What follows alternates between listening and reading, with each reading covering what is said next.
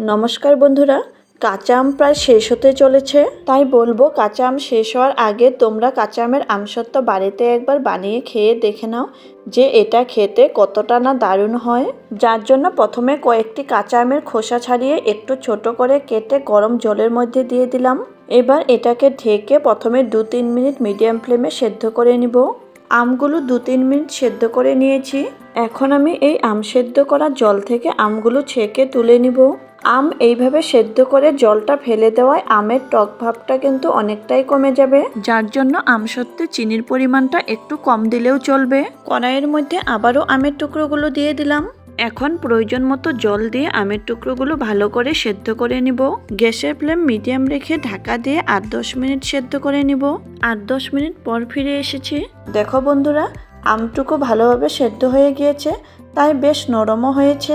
এখন এইটুকু একটি ছাঁকনির মধ্যে নিয়ে ছেঁকে নিব, কারণ আমসত্ত্ব বানাতে আমাদের আমের পাল্পটা লাগবে, সেখানে কোনো আমের টুকরো থাকলে চলবে না।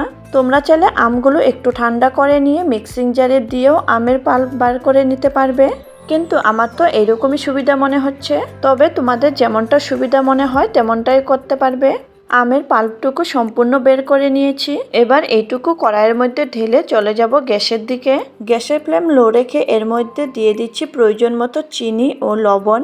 মিষ্টির পরিমাণটা তোমরা নিজেদের স্বাদ অনুযায়ী বুঝে দিবে, কারণ কাঁচা আমের আমসত্ত্ব তোমরা কেমন মিষ্টি বা টক খেতে চাও সেটা তোমরাই বুঝবে। আমি একটু টক মিষ্টি স্বাদ অনুযায়ী চিনি দিয়েছি।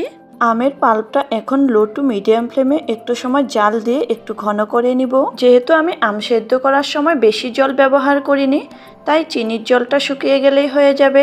আমের রসটা একটু শুকিয়ে আসলে এর মধ্যে দিয়ে দিব 2 ফোঁটা গ্রিন ফুড কালার। ফুড কালারটা দেওয়া অপশনাল, হাতের কাছে কালার না থাকলে না দিলেও চলবে। তবে যেহেতু আমরা কাঁচা আমের আমসত্ত্ব বানাচ্ছি, তাই কাঁচা আমের আমসত্ত্বটা একটু সবুজ হলেই দেখতে ভালো লাগে। ফুড কালার আমসত্ত্বের মধ্যে ভালো করে মিশিয়ে নিয়েছি। এবার এর মধ্যে 1/2 চা চামচ চিলি ফ্লেক্স দিয়ে দিলাম। চিলি ফ্লেক্স দেওয়ায় আমসত্ত্ব টক মিষ্টি ও ঝালের স্বাদ পাবে। তবে তোমরা চাইলে চিলি ফ্লেক্স না দিয়েও বানাতে পারবে, তাতে কোনো অসুবিধে নেই। চিলি ফ্লেক্স আমসত্ত্বের মধ্যে মিশিয়ে নেবার পর গ্যাস বন্ধ করে দিব।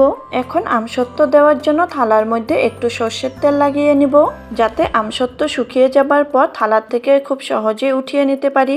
আমসত্ত্বের পাল্পটা থালার মধ্যে 2-3 হাতা নিয়ে এইভাবে হালকা করে ছড়িয়ে দিতে হবে। যখন আমি থালার মধ্যে আমসত্ত্বের পাল্পটা নিয়েছিলাম তখন মোবাইলের ক্যামেরাটি অন করতেই ভুলে গিয়েছিলাম, তাই ভিডিওটি স্কিপ হয়ে গেল। প্রথমে আমি 2টি থালার মধ্যে দিয়েছি, তারপর একটু আমসত্ত্বের পাল্প রয়ে যাওয়ায় ছোট একটি প্লেটের মধ্যেও দিয়ে দিয়েছি। এখন এই আমসত্ত্বগুলো আমি রোদে রেখে শুকিয়ে নিয়ে আসব। আমসত্ত্ব শুকিয়ে যাওয়ায় রৌদ্র থেকে থালাগুলো নিয়ে আসলাম। আমসত্ত্ব একটু পাতলা করে দেওয়ায় আমার এক রোদ্রেই শুকিয়ে গিয়েছে। আর আজকের রোদ্রের তাপটাও বেশি ছিল, তাই আমসত্ত্বের কালারটা একটু চেঞ্জ হয়েছে। রৌদ্র ভালো থাকায় খুব সহজেই কিন্তু আমসত্ত্ব থালা থেকে উঠিয়ে নিতে পারছি। এখানে একটি রিকোয়েস্ট করব, যদি আমার ভিডিওটি দেখে ভালো লেগে থাকে একটি লাইক করে দিও। আর তোমরা যারা আমার চ্যানেলে নতুন করে ভিজিট করেছো, চ্যানেলটিকে সাবস্ক্রাইব করে পাশে থাকার অনুরোধ রইল। তোমরা হয়তো পাকা আমের আমসত্ত্ব অনেকবারই বানিয়েছো, একবার না হয় কাঁচা আমের আমসত্ত্বটি বানিয়ে দেখো। সত্যিই বলছি, টক ঝাল মিষ্টি এই কাঁচা আমের আমসত্ত্বটি খেতে খুবই দারুণ হয়। যদি আমসত্ত্ব থালার থেকে উঠাতে অসুবিধে হয় তাহলে ছুরি দিয়ে কিনারটা একটু ছাড়িয়ে নিবে, তাহলে আমসত্ত্বটি সুন্দরভাবে উঠে আসবে। আমসত্ত্বটি আবারও থালার মধ্যে পেতে নিলাম।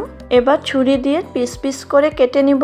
তোমরা চাইলে আগেও পিস করে কেটে তারপর উঠাতে পারবে, তোমাদের যেমনটি সুবিধে মনে হয় তেমনটি করবে। আমসত্ত্বের পিসগুলো এখন রোল বানিয়ে তুলে নিব। এই কাঁচা আমের আমসত্ত্ব একবার খেলেই কিন্তু স্বাদ মুখে লেগে থাকবে। একটি রোল তোমাদেরকে সামনের থেকে দেখাচ্ছি, দেখো কত সুন্দর লাগছে। একইভাবে সবগুলো আমসত্ত্বের রোল তুলে নিব।